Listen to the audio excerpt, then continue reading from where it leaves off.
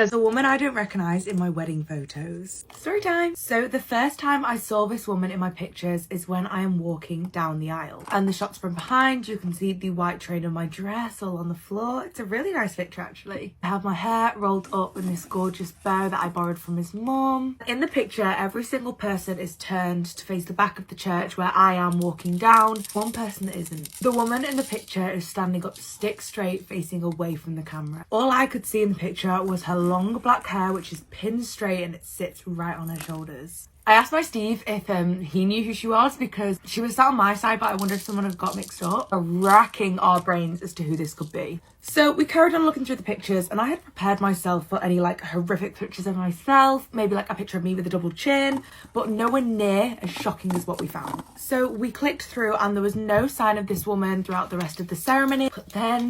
But then we got to the reception photos. She's standing there on the table behind my high school friends, back to the camera again, pin straight hair. Again, the next picture, she's not in it, but it's the same picture of my high school friends. To add this cleanser.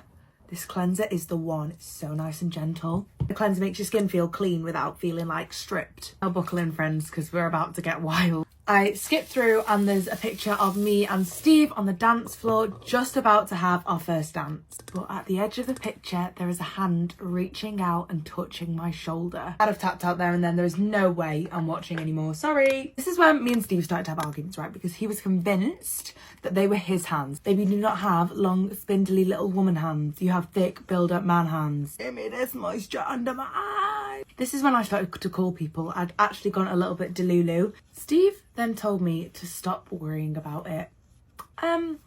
Let's just talk about this for a sec. Let's not worry about the creepy woman in all of our wedding pictures that somehow is in some and isn't in some, is touching me in one picture, and we can't work out who she is. Yeah, let's not worry about that. Your skin struggles in winter, if you find it getting really dry or sore, you really need to try this. It is so lovely. It acts like a bit of a barrier for your skin, so it's nice and protective. At this point, Steve was starting to wind me up a little bit, saying that I shouldn't need to be worrying about this. He was like, why don't you go have a bath, have a shower, chill out, and we can look at the rest of the mall when you're done. So I head upstairs, I get the shower nice and hot, the mirror's steaming up, you know, the ones like a proper steamy hot shower. At the time I was blonde, so I thought I may as well do like a little purple shampoo number, like a proper little everything shower type vibe. So I finish up shampooing and whatnot, and then I go to get out the shower. I rub my eyes and I look down. Gathered around the shower drain was a big clump of thin black hair. I literally froze. Everything in my body wanted to just run away, but I just couldn't move. Something in me wouldn't let me move. And that was when I felt a cold hand on my shoulder. And next thing I know, I've been shoved to the floor. And I slipped and I must have hit my head on the floor and the wet tiles. And all I could hear going round and round in my head was something old, something borrowed, something blue, and something new. It took me a while to work out where I thought this woman had come from. His mum had always asked me if I would wear this little silver bow that she had gifted me because his sister refused to wear it for her wedding. And when she gave me the little bow, there was a few little black fine hairs left in it still. Am I in the wrong for coercing a teen girl into getting an abortion by not being completely honest? I, 40 female, got pregnant as a teen and gave birth to my son when I was 15. My family was very conservative and strict. The moment they found out, I was disowned and kicked out of the house. My boyfriend at the time literally turned tail and ran hours after seeing the first ultrasound. This sounds really sad and awful to say, but I felt incredibly lonely and depressed after losing everyone in my life. I've never told anyone, but the reason that I gave birth to and raised my son was because I wanted to have at least one person in the world who would love me and let me love him unconditionally. I couch surfed for a while and dropped out of high school to get a job. I ended up getting 3 just to keep my head above water. I would feel so guilty because I just couldn't afford to give my son the life that he deserved. I was never able to throw parties, get nice gifts, or even buy new clothes. I couldn't even spend much time with him. I brought him to daycare every single day so I could work. Of course, I had no time for friends or fun. Girls around my age would point and whisper at my son and I. I also know that some strangers would constantly side-eye me or roll their eyes. Should have kept her legs closed. Yeah, thanks, I know. My life was constant work and only seeing my baby for a second. I lost my sense of self. My entire being was simply boiled down to struggling mom. I love my son more than anything, but the first few years after his birth were the darkest time of my life. Eventually, I struggled to earning my GED and going to college. I found lots of success and now I make a good amount of money. My husband that I married later on does too. We have one daughter, Sophie, 15 female. Her best friend is Jade, 16 female, who visits our home often. She's practically family now. One day, Sophie asked me to go somewhere private to speak with Jade. She was sobbing and confessed that she was pregnant. She said that she's having a hard time deciding what to do. She's tempted to keep the kid and raise it. She asked for some advice since I went through something similar. I told her everything. The poverty, the depression, and the never-ending struggle, as well as my lost sense of identity. I spared no details, and I told her that I think she's better off terminating. She can have another baby, one that she's prepared for in the future and can provide a good life to. She just nodded in a daze. A week later, my daughter told me that she did terminate it. It's a sad but personally wise choice to me at least. Later on, I was getting drinks with my friend group and was explaining everything and how sad it all was. One of them, Abby, seemed a bit miffed. I asked her what was wrong and she said that I didn't share the whole story, which coerced Jade's decision. This puzzled me and I asked her for an explanation. Jade and I have had very different circumstances with our pregnancies. I was incredibly poor and had no one, so my struggle was very tough to say the least. Jade, on the other hand, has nice parents who would be willing to babysit for her. They're rich as well, so they would definitely buy most of the baby things. Her baby daddy is also sticking around and seems supportive. Abby said that she understood why I had such a tough time, but Jade would experience everything differently because of her good fortune. She could have her baby and get loads of support. Apparently, the fact that I painted a dark picture without considering the various circumstances was irresponsible of me. She says I practically coerced Jade. Now I'm not sure what to even think. The time I hid my pregnancy for 9 months. If you didn't know, I'm Mexican, so I grew up in a Mexican household, meaning I had strict parents. Growing up, I was scared to tell both my parents pretty much anything because, they're Mexican. If you know, you know. Having strict parents meant we weren't allowed to date, we couldn't have male friends, and at one point we would have to distance ourselves from male family members. So as time went by, I found it easier to just keep secrets. I wouldn't tell them who I was friends with, what I would do at school, pretty much anything that would get me into trouble.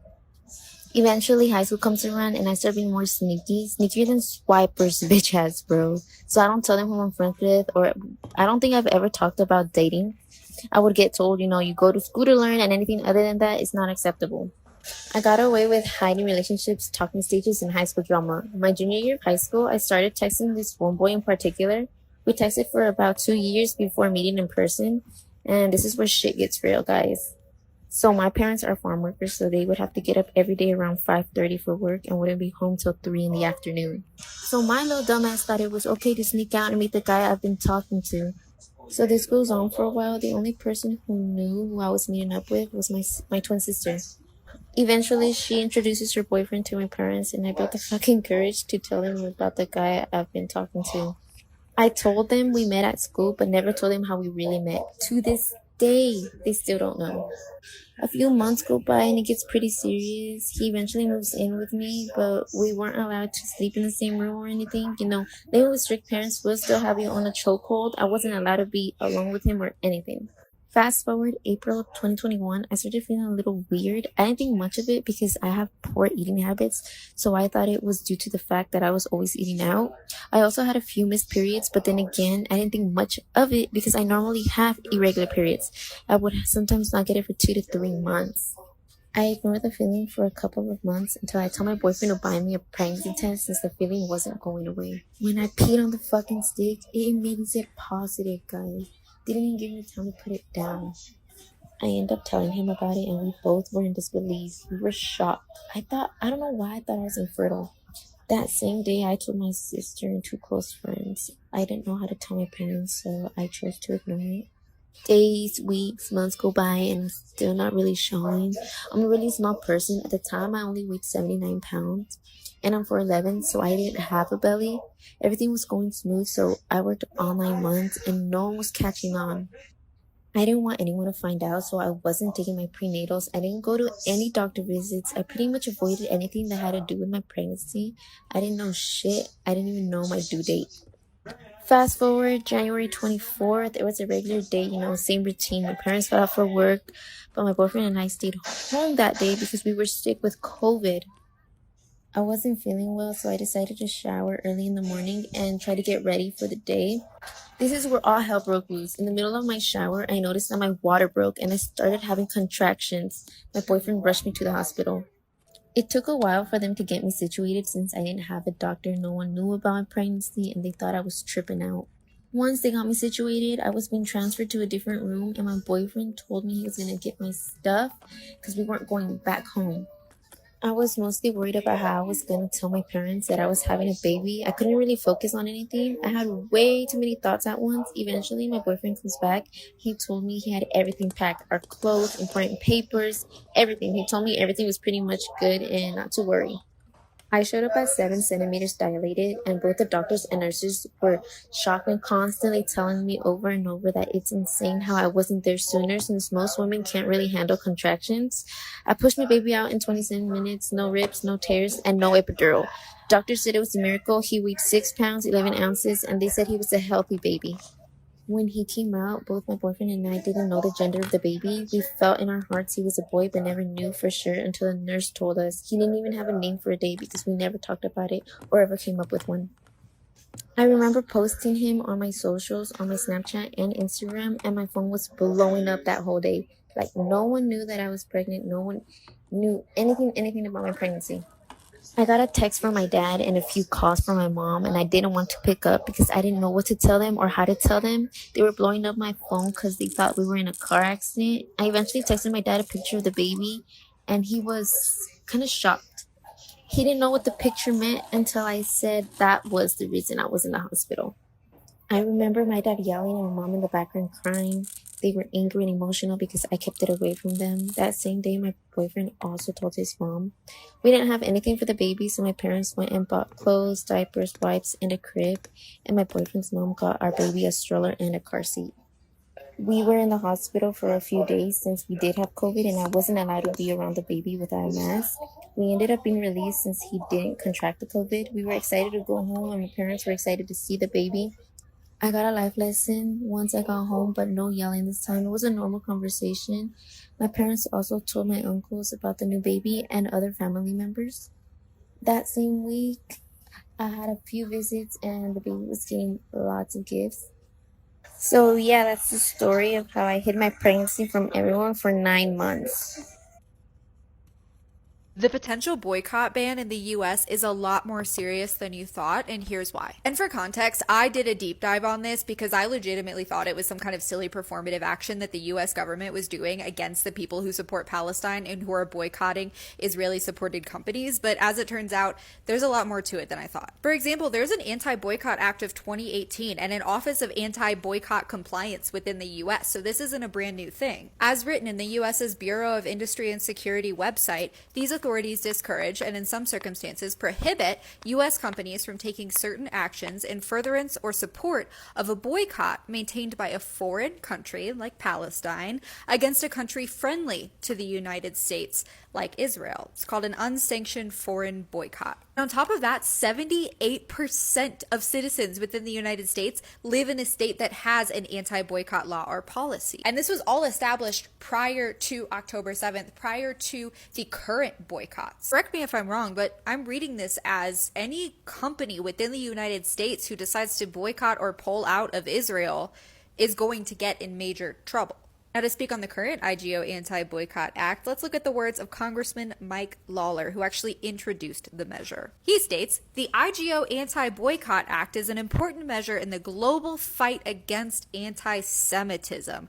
By protecting U.S. companies from being forced to participate in boycotts against allied countries, Congress is firmly stating our proactive opposition to the boycott, divestment, and sanctions, or BDS movement, and other foreign boycotts that stand counter to American ideals." Now, as much as I want to pick apart this man's words, I'm not going to. I will let you do that in the comments and in your own reply videos. However, I am going to say one thing that is based on historical fact, and that is that the U.S. is entirely based on our ability to boycott. We created our country out of boycotts. Saying that it is against American ideals to boycott companies that support and are a part of a country that is committing a genocide is absolutely ridiculous. It's not against American ideals. It's against your ideals. It's against your pocketbook. It's against your political agenda. But I digress. This specific boycott bill that is being put in front of Congress is specifically an anti-bill to the BDS movement. And if you're unsure exactly what the BDS movement is, it is the Boycott, Divestment, and Sanctions movement, and it's working to end international support for Israel's oppression of Palestinians and pressuring Israel to comply with international law. And here's a quick explanation of what boycott, divestment, and sanctions actually are. This is from the BDS website. Feel free to screenshot this and use it for the future. It's really helpful information. You as an individual are not going to get in trouble, most likely, for boycotting. You can post about your boycott on social media. You're most likely not going to get arrested, right? Although I can't predict the future. However, this act, this anti-boycott act, is to protect the companies that we are boycotting. It's essentially to make our boycotts not matter. And that's why we need to be a little bit worried about it. Not because you're going to get arrested as an individual, but because your boycott is about to not even really matter in the eyes of the companies that you're boycotting. Does this terrify me? Am I going to stop boycotting because of it? Absolutely not. This isn't going to matter to me individually because I'm still going to continue to boycott, and these companies are never going to get my money ever again. Why would I go to Starbucks when I have an amazing coffee shop across the street from me? Let's be real. But it means something about the US as a whole. And we need to show that we simply do not support this anti-boycott law. And we need to show that we understand what the country is trying to do. We can't sit here and say, oh, how are you going to enforce it? Because that just means, oh, we're not taking it seriously. Cool, it's going to pass. There's a lot to speak out against right now, I know, but you need to add the anti-boycott law to your list. When I was in prison, all these women would always say like they were going to get out and they were going to do so good, they were going to get their kids back and they were going to get good jobs and they weren't going to come back to prison. And there was this one girl in particular, her name was Sandra, and like I looked up to her so much because she said all the right things, did all the right things. Even like the officers and the counselors were all like, look at Sandra, she's doing it. Like, you guys follow in her footsteps. And so I did. I took so much wisdom from her, and she helped me so much because I was just like a lost little puppy. Inevitably, these women would get out of prison and we would wait for their letters and wait to hear from them, and we never heard from them. And sure enough, 2, 3, 4 months later, they'd be back in prison. And I was so disappointed. Like, I needed somebody to get out of prison and like be successful so that I could follow in their footsteps. Like, I was just hungry for some motivation, some inspiration. And I remember the day that I said, okay, well, that's not going to happen, so it's up to me. I have to be my own inspiration. And I did. I did everything in prison that you can possibly do to improve yourself. I went to 12-step meetings. I journaled every single day.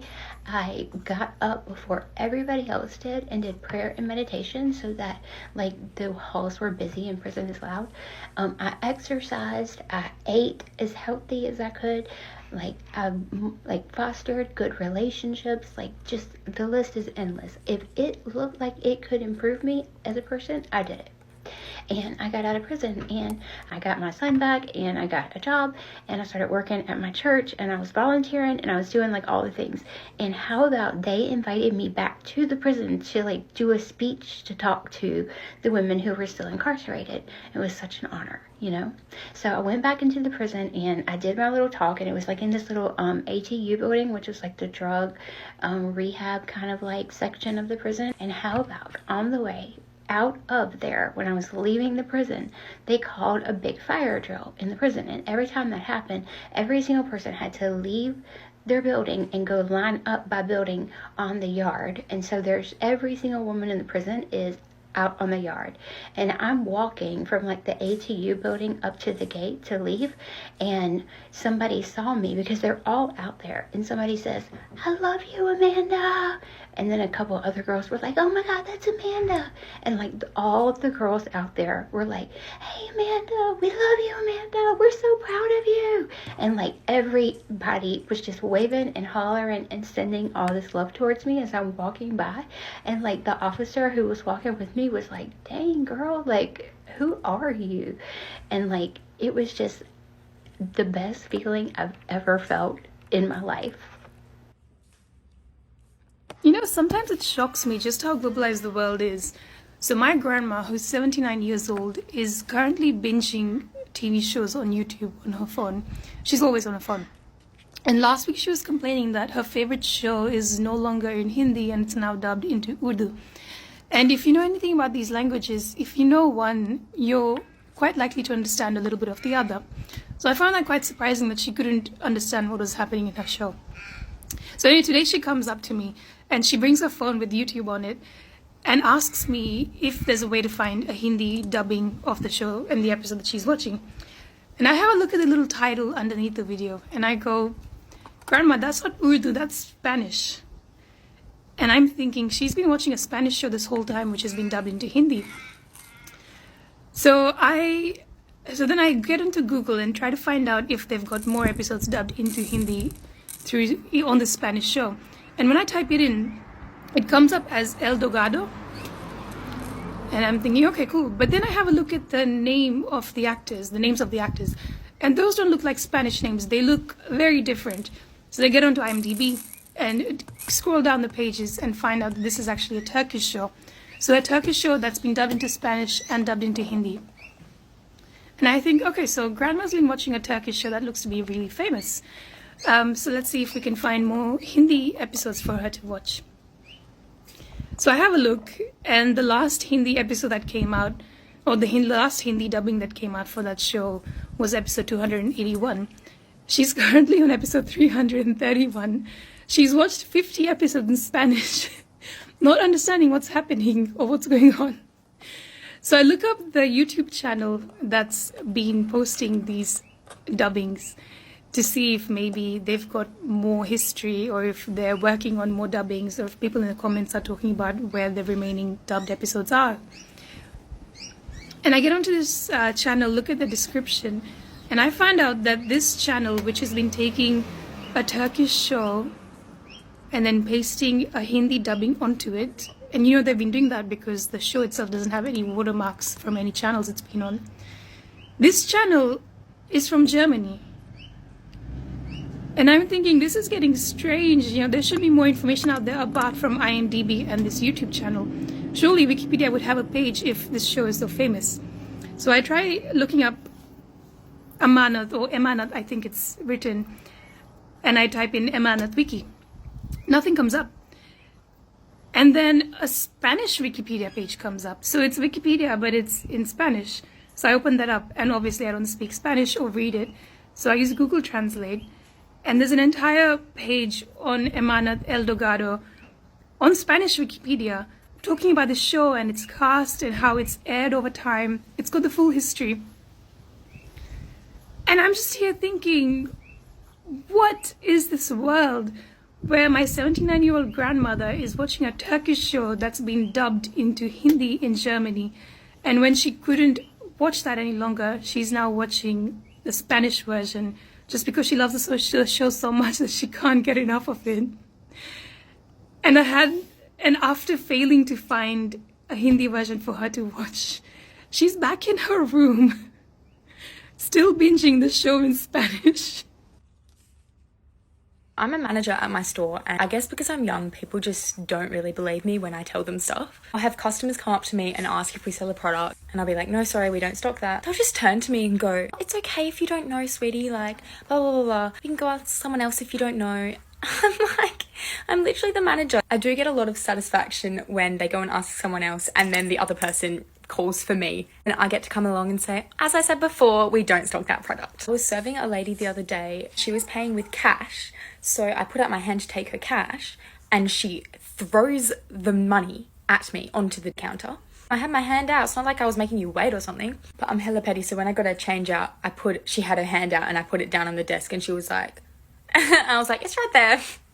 Because why are you going to throw your money at me? There's no need for that. So if you're a cashier and you pack people's bags, this should not be a controversial opinion. Eggs go at the bottom of the damn bag. It is so frustrating when you start packing someone's bag and then they start redoing it in front of you. I'm just like, give up. I start scanning as fast as I can so that their items pile up and it's harder for them, because honestly, just let me do it. Like, why are you being like this? I know how to do it, okay? I already put on my lash serum today because I did my mascara already. A week ago, I was using my goddamn eyelash curler and ripped out the front chunk of my eyelashes. So this is looking a little sparse, and I'm currently using 2 lash serums, praying that one of them does something. Please pray for me that there are not heaps of rude customers this year, because the past 2 years I've worked in the same place. Me and my co-workers do like a count of the amount of rude customers you have to deal with, and for some reason mine is always the most. And I swear to God, I'm so patient. I feel like if I have to deal with anyone rude this year, I'm actually just gonna cry, because my patience is just running thin at the moment. I can't deal with your problems anymore. Stop rushing me. You have somewhere to get, I get it, but like, I'm going as fast as I fucking can. Like, just chill, please. This is your reminder to treat retail workers like humans, because we are humans and you're so mean sometimes. Anyways, that is my little rant. As a cashier, there are a couple things I wish customers would stop doing to make my day go by a little easier. First up is, why on earth are you coming through the checkout while you're still on the phone talking to someone? I'm here not trying to be rude. Like, I don't know if I'm supposed to talk to you, say, hey, how you going? I don't even feel comfortable, like, telling you the total amount that you have to pay, because I feel like I'm interrupting your private conversation. But it's just so awkward, because then I'm just standing there like... And it's even worse when you're planning to pay with your phone, because then you're telling the person to wait a minute and you have to go on your phone anyway. So I'm like, could you not have just hung up first, come through the checkout, and then talk to the person on the phone? For some reason, I also just have customers who come in, put their basket down, and then immediately hold their phone up to the EFTPOS machine. I'm like, can you give me a second, bro? Like, I haven't even scanned a single item. Why are you trying to pay right now? So I don't know whether to just leave them standing there holding it and to realise for themselves, or to tell them about it. I don't want to get someone having a go at me because I'm telling them what to do. But also, you are looking mighty silly right now. There's also the customers that come through with just one item, and instead of giving you the item, they just give you the exact cash for it. I'm like, what do you want me to do with this? Like, we need to know what the hell you're buying. Sometimes they'll even start walking away after they've handed me the cash, and I'm like, it's so embarrassing for me, to be honest, because I have to run out after you with a line full of people waiting. There are also just those little comments people make that I really just don't know how to respond to. You'd be like, that's $15.95, and they're like, that much? And I'm like, yeah, you chose the item. I don't know what you want me to say to that. You'll say, that comes to $33.50 today, and they go, oh, how much will it be tomorrow? And you're like, $33.50. Like, I guess the interaction's awkward for both parties sometimes, but I feel like people need to think about what they're saying sometimes. That's pretty much all I can think of right now, but if you're a customer service worker and you have any others, put them in the comments, because I'd love to hear them. Everybody showing their awful Secret Santa gifts, I have a story for you. I stopped being friends with my best friend of 14 years over a Christmas gift. It sounds dramatic, I promise you it's not. So me and my two friends had this gift exchange planned for months. I think we planned it in September, October, and it was for December, right around Christmas. And I was always at my best friend's house. She had a little tree in her room and a million gifts under the tree for all of her friends, everybody she's ever known, her cat, her dog. And I'm making the story quick. So it comes to the day of the gift exchange. I got her like $150 worth of things. I got her a bunch of things. That doesn't matter. I didn't expect the same thing back. But she goes to get me my gift and she goes, oh, it's in the other room. Hold on. So I'm feeling special. I'm like, ooh, like my gift's not under the tree. Like, must be something special, right? No, she was gone for 10 minutes. And I'm like, what the hell's going on? So she comes back in the room, right? With like a dirty white notebook in her hand. I'm like, oh, would she like write me something? No. She hands me the notebook and goes, because you love writing, this is for you. I don't like writing. I've never publicly enjoyed writing. Like, that's not even something somebody could say about me. I like reading. I'm not an author. This is a used notebook, obviously. I opened the notebook. The first, like, 3 or 4 pages are ripped out. And on, like, the top page, it was like, to Haley, like, love you. Merry Christmas. What? Well, I was so shook. And, like, I look at my other friend, and I'm looking at it, and I'm thinking I'm getting pranked. I'm like, where's the cameras? Because this girl, my best friend of 14 years, has a million gifts for everybody under the tree. This gift exchange has been planned for months. If we didn't want to exchange gifts, I don't care. I don't really exchange gifts with most of my other friends. That's just something she planned to do. She wanted to do it. I left that notebook at her house and I never brought it home and I never saw it again. Because one thing about me is I don't get upset. I'm not going to be like, oh, like, I'm really upset with the Christmas gift you got me. I get done. Like, I just won't talk to you again. Because it's not the gift. It's like the principle of like effort and friendship and stuff. And that wasn't the first time she was like lacking in a friendship. Like, it was obviously I cared more, and so I'm done. That was it. Like, that was the end of a 14-year friendship.